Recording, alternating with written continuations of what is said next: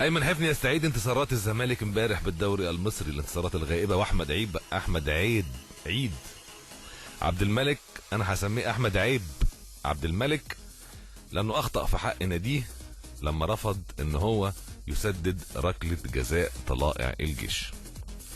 محمد حلمي يغيب في درس لاعلام الخرارة.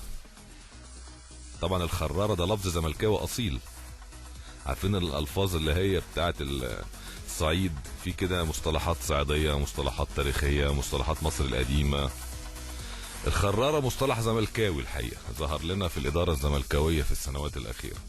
فالكابتن محمد حلمي بيغيب عن إعلام الخرارة، وبيواصل غيابه الكابتن اسماعيل يوسف هو اللي بيتولى المسؤوليات.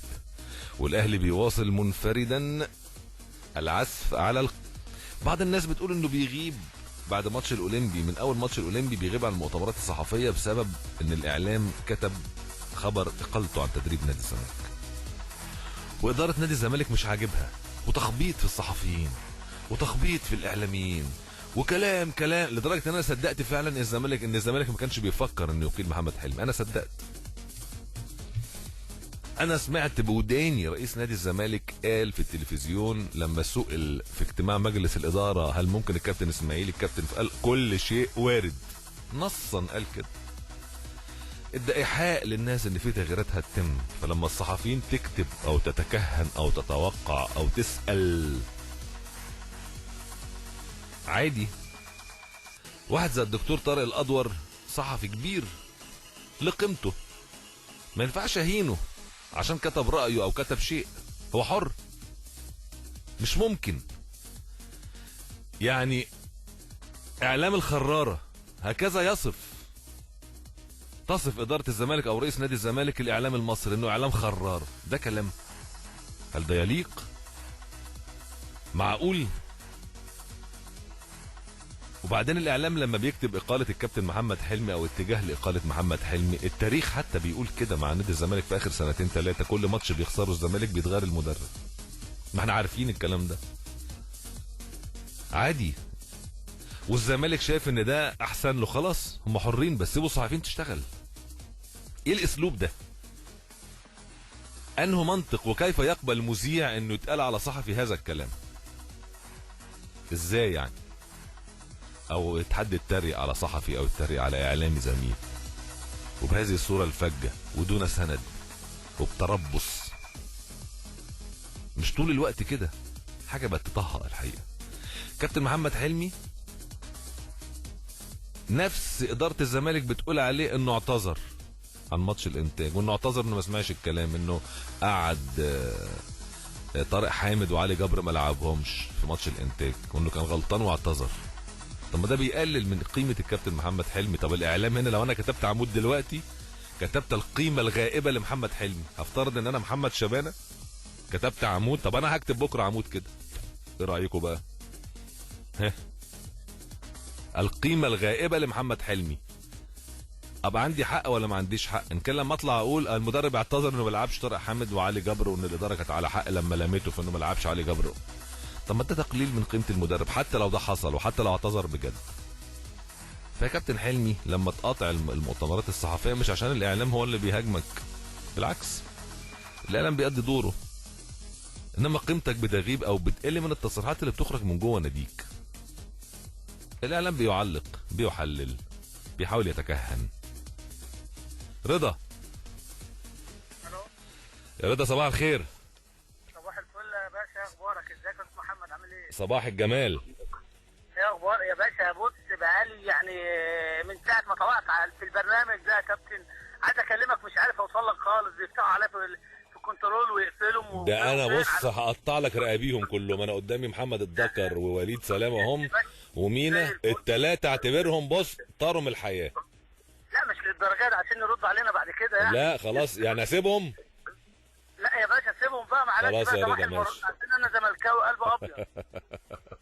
حبيبي يا رضا، حبيبي ربنا يخليك. يا كابتن اخبارك؟ كله تمام والله، انت عامل ايه؟ الحمد لله ماشي الحال والله، كله تمام والله. قول لي يا معلم عايز تقول ايه؟ يا باشا انا يعني امتى نشوف الزمالك بقى، لعب الزمالك بقى امتى نشوف؟ عايزين نتمتع بالزمالك بتاع الجيل القديم ده يا كابتن امتى هنتمتع بيه؟ قريب. عايزين برضه الصفقات الجديده تظهر، سان باولو فين والناس دي كلها يا كابتن برضه. واخد بالك؟ عايزين نتفرج على الزمالك يا كابتن. احنا عايزينه يهدى الاول عشان يظهر، يهدى بس. يا كابتن امتى؟ طيب ما انت معلش الدور الثاني بدأ تمام وانت في المركز الكام؟ الثالث. طيب ماشي يا كابتن، عايزين الزمالك بقى. ده اللي انا بقوله لعيبه الزمالك، اوعى تتصور ان انت عملت حاجه قويه لسه، اذا حتى كسبت السوبر او الرساله دي للعيبه الزمالك لسه انت في لسه في الدوري. مظبوط، لسه في الدوري الزمالك متاخر بفرق نقاط كبير، لسه في الكاس الزمالك عنده دور ال 16 لسه ما لعبش، فعلى لعيب الزمالك انه يفهم ان الفوز بالسوبر ما يعنيش ان هو حقق كل الانجازات. يعني الكوره دايما عطشانه وجعانه، يعني الكوره عمرها ما بتكتفي ببطوله، دايما الكوره والجمهور الكوره ولاعيب الكوره والملاعب عطشانه وجعانه، تكسب بطوله تنسى تخش في اللي وراها. ابو حميد، يا ابو حميد صباح الخير. صباح الخير يا فندم. اهلا وسهلا. لا الشبانه، ازي حضرتك يا فندم؟ انت عامل ايه؟ والله اول مره بقى اشترك في برنامج، بس انا بحترم حضرتك جدا يعني. ربنا يبارك لك يا ابو حميد. الله يخليك يا فندم، انا عندي 55 سنه. اهلا استاذ احمد بقى، ده انت يعني اكبر مني. لا انت كبير مقام يا فندم، ازي حضرتك؟ ربنا يخليك يا رب. بس انا يعني حبيت اشترك عشان انا اهلاوي، بس بيصعب عليا الزمالك بصراحه يعني. يعني ليه المستشار المرتضى يعني حط السكينه على رقبه اي مدرب يعني. والموضوع ده اتكرر كذا مره ومفيش نتيجه. طب انت ايه رايك؟ الو، سامعك انت ايه رايك؟ يعني الحل ايه؟ لا الحل ان هو يدي الاستقرار لمدرب لاخر الموسم زي ما الاهلي بيعمل يعني. انت اهلاوي ولا زملكاوي يا استاذ احمد؟ لا انا اهلاوي، بس يصعب عليا يعني حال الزمالك. يعني لا يعني ليه المدرب يبقى قاعد بره مصيره مرتبط بماتش؟ ده بيعمل نوع من عدم الاستقرار والقلق طبعا. طبعا. طيب. ويبقى خايف ينزل فلان عشان وجهه نظره تبقى خطا، استاذ مرتضى منصور يبقى وجهه نظره غير كده، فبصراحه يعني صعبان على نادي الزمالك. طب انت بالنسبه لك يعني رايك ايه في ان الصفقات الجديده حتى الان لم تظهر في النادي الاهلي، سواء حمودي، عمرو بركات، كوليبالي؟ رايي طبعا يعني اما كناش هنستفيد بالناس دي كنا بنجيبها ليه؟ طيب يعني كوليبالي ده اللي اتعمل عليه ضجه، عمرو بركات برضه مش عارف يعني حسام بدري يعني، وحمودي كمان. وحمودي، طب حمودي ماشي عشان كان في مشاكل بينه وبين النادي السعودي، كانش بيشترك قوي. بس انا بقى في الصفقات اللي هي بفلوس يا استاذ محمد. يعني واحد زي كوليبالي ده جايب مبلغ كبير، طب هو فين؟ كابتن حسام البدري في تعليقه بيقول انا حر، انا الوحيد اللي اقدر اقول ايه الميعاد اللي يلعب فيه كوليبالي في تصريحاته الحقيقه يعني، وحتى هو قال ان هو قريب من المشاركه، يعني قريبا هيدفع بيه. ربنا سهل يا استاذ محمد، احنا عايزين ايه؟ بس برضه الكابتن حسام يعني عايز يقلد مانويل جوزيه في حاجات كتير. انا شايف كده بصراحه. حبيبي يا استاذ احمد، بشكرك شكرا جزيلا ودايما متواصل معايا. هقرا حضراتكم كده بعض الرسائل. الف مبروك يا كابتن شبانه، مهندس وحيد المصري. معرفش الف مبروك على ايه الحقيقه، عشان المصري كسب ولا ايه؟ عماد متعب شارك في 73 كبديل واحرز 74 هدف. احمد بحر، يعني احصائيه عاملها احمد. انا مش هكلمك تاني يا كابتن، بقالي شهر بكلمك صباحك عسل. بحر، بتكلموا لنا البحر يا جماعه. يعني الراجل يعني خلاص مش هيكلمنا تاني، بقاله شهر بيتصل شهر. طيب برضو من ضمن رسائلنا يا استاذ محمد، حاسس من كلامك وانت بتتكلم عن دم الشباب، كل منظومه الكوره في مصر ما تسواش نقطه دم من شاب مصري واحد. معاك حق، ده معاك حق طبعا 100%، بس هي الحياه لازم تستمر والحياه لازم تمشي. يعني هقرا برضو، هكمل معاكم باقي الرسائل، لكن انا عندي بعض الاخبار لازم اقولها كده بسرعه قبل ما اطلع الفاصل اللي جاي.